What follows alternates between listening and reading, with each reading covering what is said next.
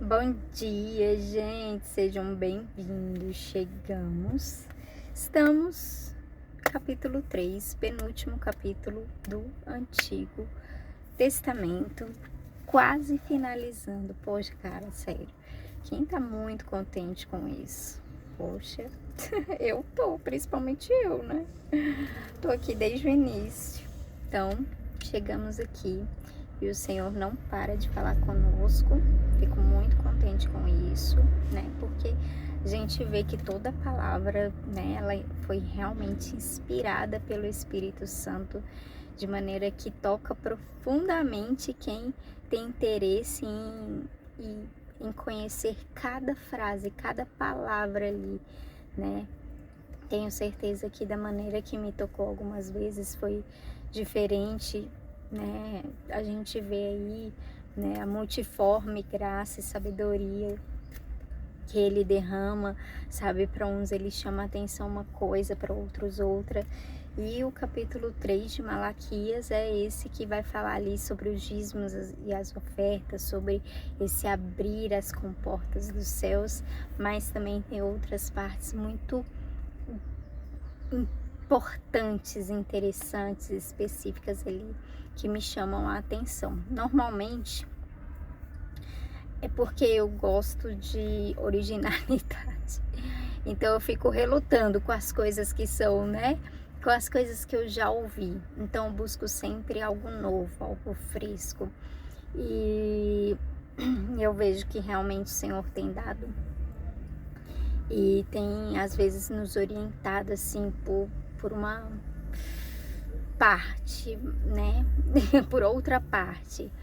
Não vou falar mais profundo porque essas partes também são profundas.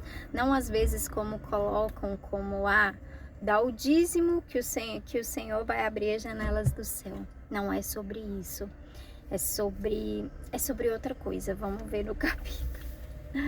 Sextou, gente. Então, domingo a gente vai falar aqui sobre o nosso último capítulo do Antigo Testamento. Espero ter vocês por aqui, até porque será o último vídeo do ano falando sobre a Bíblia, né? Nesse comentário.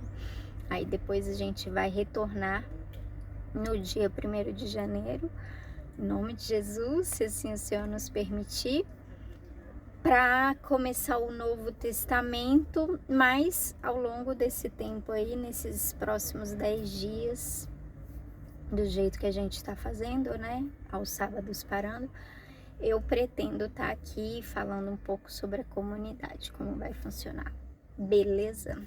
Vamos começar orando, e aí a gente parte para a nossa leitura. Amém, Deus, obrigada pelo dia de hoje. Obrigada por mais uma semana vencida, Deus. Sabemos que tudo foi feito pela sua graça e pela sua misericórdia na nossa vida, seja nos dias bons e nos dias maus.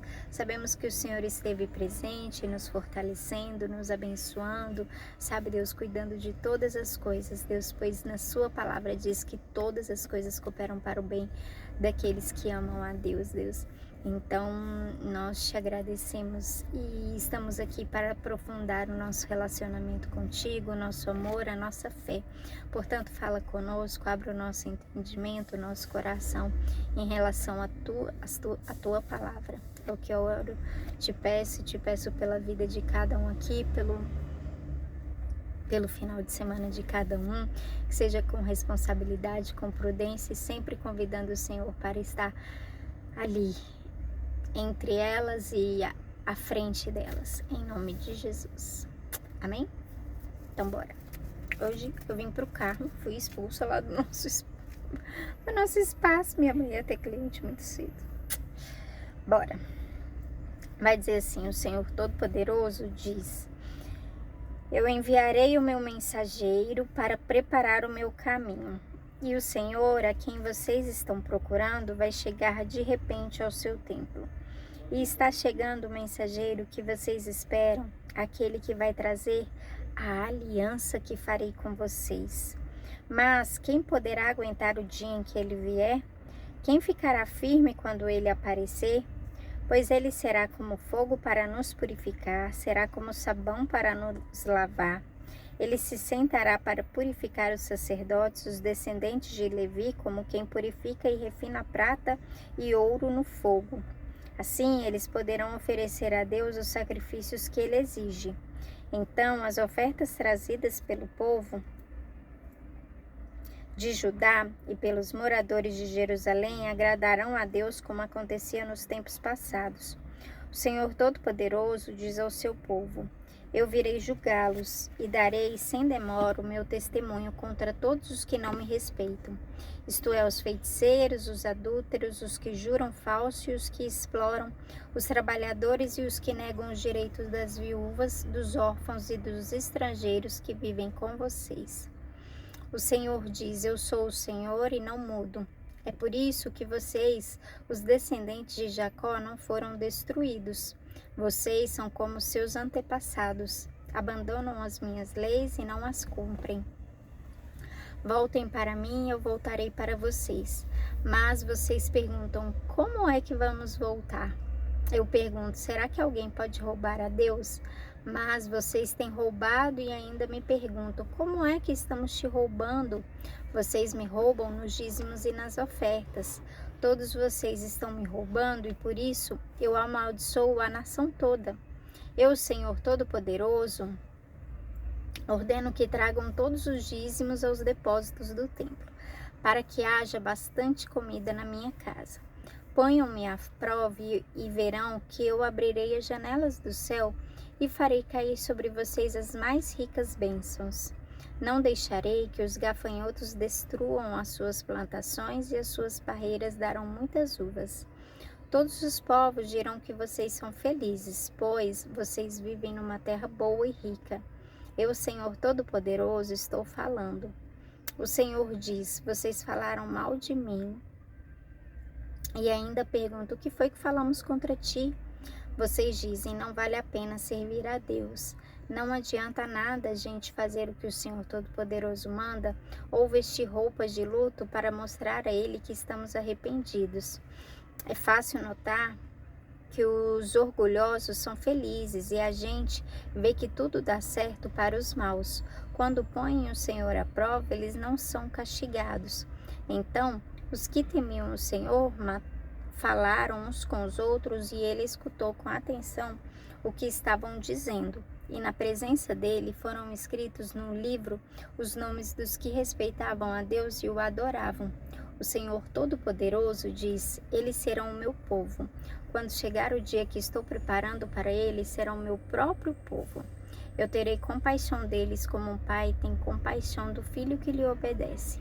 E mais uma vez o meu povo verá a diferença entre o que acontece com as pessoas boas e com as más, entre os que me servem e os que não me obedecem. É isso. Fim do capítulo 3. Gente, o que acontece? Essa parte dos dízimos e das ofertas, eu acho muito propício que isso seja falado ali no momento de dízimos e ofertas, mas a gente já conhece. Esse capítulo tem duas outras partes muito importantes, que é o que então eu gostaria de ver com vocês, porque acredito que a partir tragam os dízimos até a minha casa, que vocês vão ver, todos os povos da terra vão falar que vocês são abençoados, são benditos. Isso daí a gente muito já ouviu desse capítulo, então vamos falar sobre outras partes. Vou começar com o versículo 1, que vai dizer: o Senhor Todo-Poderoso diz... Ai, velho, nossa, meu Deus do céu, sério. Eu enviarei o meu mensageiro para preparar o meu caminho. E o Senhor a quem vocês estão procurando vai chegar de repente ao seu templo. E está chegando o mensageiro que vocês esperam, aquele que vai trazer a aliança que farei com vocês. Nós estamos a um capítulo da gente começar a ver isso. A gente sabe que não foi isso que aconteceu, que não foi assim, né? Depois de um capítulo ele apareceu. A gente sabe que existe ali um período intertestamentário, se eu não me engano de 500 anos, não sei. Mas você tá entendendo? Você está vendo a profundidade e a importância deste capítulo? O que Malaquias estava falando? Malaquias não fazia ideia do que estava falando, mas ele está falando o seguinte: ele não fazia ideia do que era até aliança, e eu queria ter pesquisado aqui. Qualquer coisa, se for assim, eu deixo na legenda. Vamos ouvir de novo. O Senhor Todo-Poderoso diz: eu enviarei o meu mensageiro para preparar o meu caminho, e o Senhor, a quem vocês estão procurando, vai chegar de repente ao seu templo. E está chegando o mensageiro que vocês esperam, aquele que vai trazer a aliança que farei com vocês. Gente, é muito importante a gente pegar essa parte do vocês esperam. Aquele povo, desde que Moisés morreu, eles esperavam, eles aguardavam o Messias, eles esperavam a qualquer momento alguém da parte de Deus chegar para resgatá-los, para libertá-los daquela, daquilo que estava acontecendo, que eram nações e governos e povos dominando sobre eles. Então isso é muito importante a gente entender, até mesmo para a gente começar a entender quando a gente for para o Novo Testamento, a gente saber entender como, esses dias eu estava ouvindo, mas é uma coisa que Deus fala muito ao meu coração, porque que na hora que Mateus, Pedro, quando Jesus virou e falou assim, vem, tá certo que eles viram ali o poder de Deus, mas eles estavam ricos aquele momento, e eles não se importaram com mais nada, com família, com família, com riqueza, eles simplesmente seguiram, eles falaram, eu tenho certeza, e no livro, se eu não me engano, de João vai falar muito sobre isso, vai falar assim, chegou, e eles nem sabiam, tem capítulo que fala assim, ele só chamou, como se nada tivesse acontecido, como se ele não tivesse feito nenhum poder antes, nenhum milagre. E não era sobre os milagres, mas eles tinham a convicção nos seus corações de que aquele Messias havia chegado. E aí, para a gente finalizar, a gente vai então para o final. A gente falou do início, tem ali essa parte no meio, do dízimo, das ofertas, falando de novo sobre os sacerdotes e isso e aquilo. E aí a gente chega no versículo 17, onde vai dizer assim: o Senhor Todo-Poderoso diz, eles serão o meu povo. Quando chegar o dia que estou preparando, eles serão o meu próprio povo. Eu terei compaixão deles como um pai tem compaixão do filho que lhe obedece. Do filho que lhe obedece. E mais uma vez o meu povo verá a diferença entre o que acontece com as pessoas boas e com as pessoas más, entre os que me servem e os que não me obedecem. Por quê? Porque antes disso, no versículo 16, eles estavam falando assim, Deus fala assim para eles, vocês falam mal de mim e ainda perguntam, o que foi que falamos contra ti? Vocês dizem, não vale a pena servir a Deus, não adianta nada a gente fazer o que o Todo-Poderoso manda, ou vestir roupas de luto para mostrar a Ele que estamos arrependidos. É fácil notar que os orgulhosos são felizes e a gente vê que tudo dá certo para os maus. Quando põem o Senhor à prova, eles não são castigados. E Deus estava virando, Malaquias estava virando, falando, ei galera, tá chegando, tá vindo. E hoje quero falar, gente, tá próximo aí ao Natal. Inclusive, gente, eu não tô ouvindo as mensagens. Tem um negócio muito legal do Douglas, que é o Talmidim, Douglas Gonçalves. Ele faz todo dia, 7 e pouca da manhã, todo dia não, acho que segunda, terça e quarta. Algumas coisas aqui, eu ouvi ele falar, mas isso Deus já tinha falado comigo. E aí ele tá numa série falando ali sobre o Natal, sobre, né, a vinda do Messias, sobre a chegada, sobre o que representa e tal. E ele tá ali falando a respeito disso, né? Como era para aquele povo, tipo, eles estavam aguardando, eles estavam esperando alguém. Então, esse capítulo ele vai muito nos falar a respeito disso. Quando a gente não está esperando, sabe, a gente não tem os olhos na vida eterna, na vida vindoura, na volta de Jesus, nisso, daquilo, a gente vai olhar para esse mundo e vai falar, tá tudo injusto, tá tudo caído, não adianta servir a Deus, não adianta ser bom, ser, sabe, ser fiel, ser isso, ser aquilo. A gente tem falado durante esses 3 capítulos de Malaquias, é o que mais ele toca na tecla, sabe? Mas quando a gente está aguardando alguém, a gente obedece, porque a gente sabe que existe uma promessa, que aqueles que têm, eles serão meu povo. Quando chegar o dia que eu estou preparando, eles serão o meu próprio povo. Eu terei compaixão deles, como um pai tem compaixão de um filho.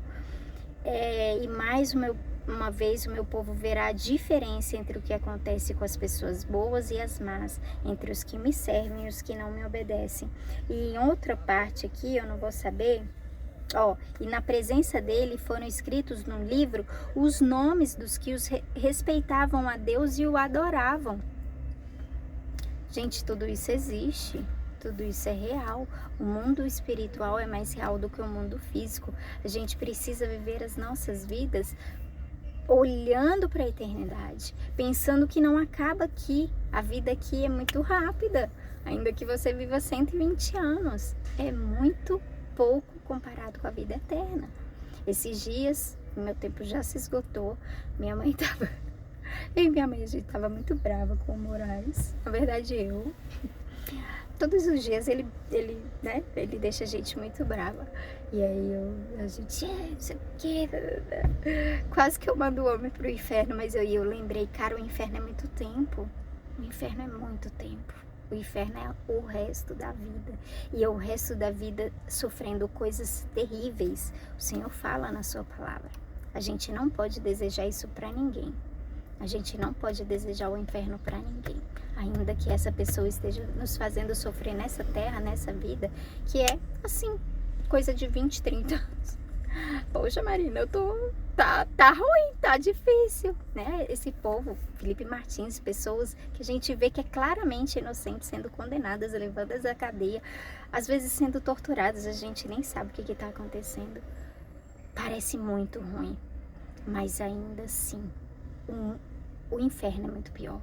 E o inferno é pra vida toda. Então, pra vida toda não, né? Pro restante do resto, sei lá do que é.